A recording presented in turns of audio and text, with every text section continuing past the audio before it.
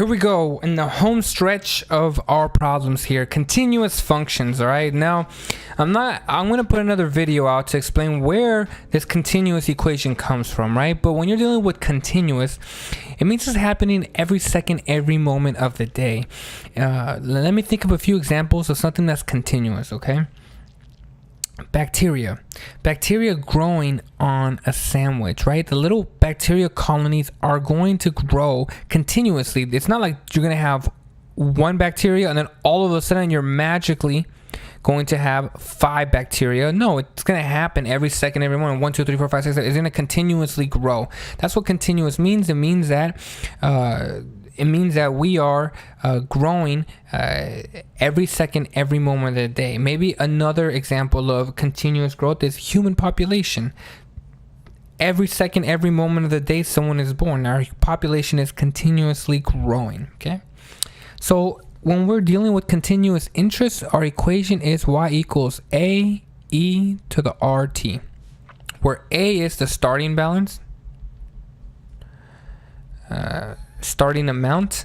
Okay, E, this is just a number. It's 2.71. Okay, it's exponential. Again, this comes from what you do is you got, let's say, $1 invested at 100% rate, and what you do is instead of compounding it monthly, daily, you compound it 1,000 times, 5,000. You keep doing that until it gets closer and closer to being continuous, and you magically approach this 2.71, right? So that's just our base.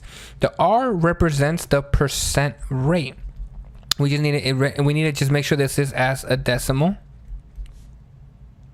And T represents time, whatever it is the problem's asking us about, whether they want to know how much is there in 3 years, 3 months, 3 seconds, etc. All right.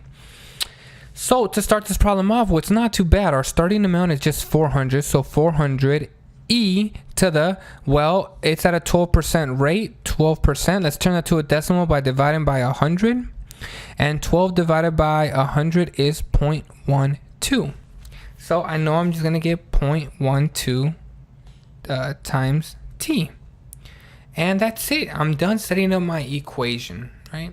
The hardest part was getting to this equation, but after you got this section here, you're done. It's all set up, okay?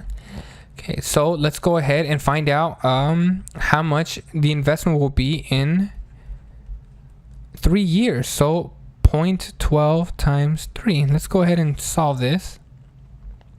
We're going to have 400.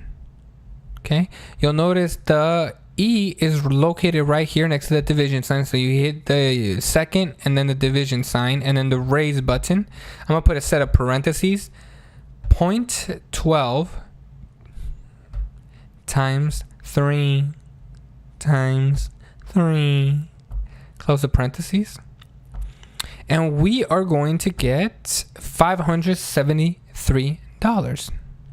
$573.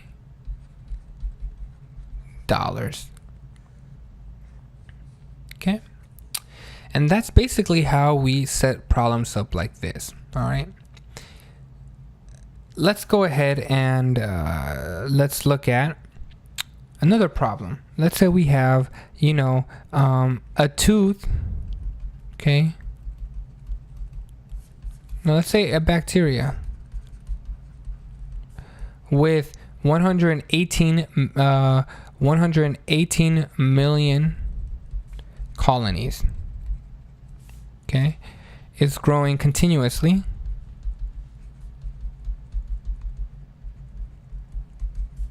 at a rate of 78%. Okay, how much does the colonies have in 5 weeks? So again, we have y is equal to a e to the RT. To find our rate, it's 78. Divide that by 100. To turn it to a decimal, we get 0.78. So that's it. All we gotta do now is just set our problem up, and we are going to be just fine. Y is equal to, I started off with 118 million e to the 0.78 times t. How much in 5 weeks? Let's plug in the 5 there. So y is equal to 118 e to the 0.78 times 5. And if we plug that into our calculator, we should be getting 118 e to the 0.78 times 5. And we shall have, well, look at that, 5,829 million colonies.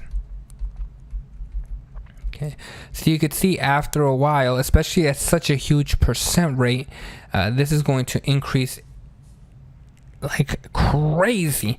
This is technically what's after million, billion, 5,829,000,000 colonies. And that's it. Continuous interest is not too hard to set up. The hardest part is getting to it. It's getting to how you get that model. And I'll hopefully release a video soon on how to do that. Thank you, and you have a fantastic day.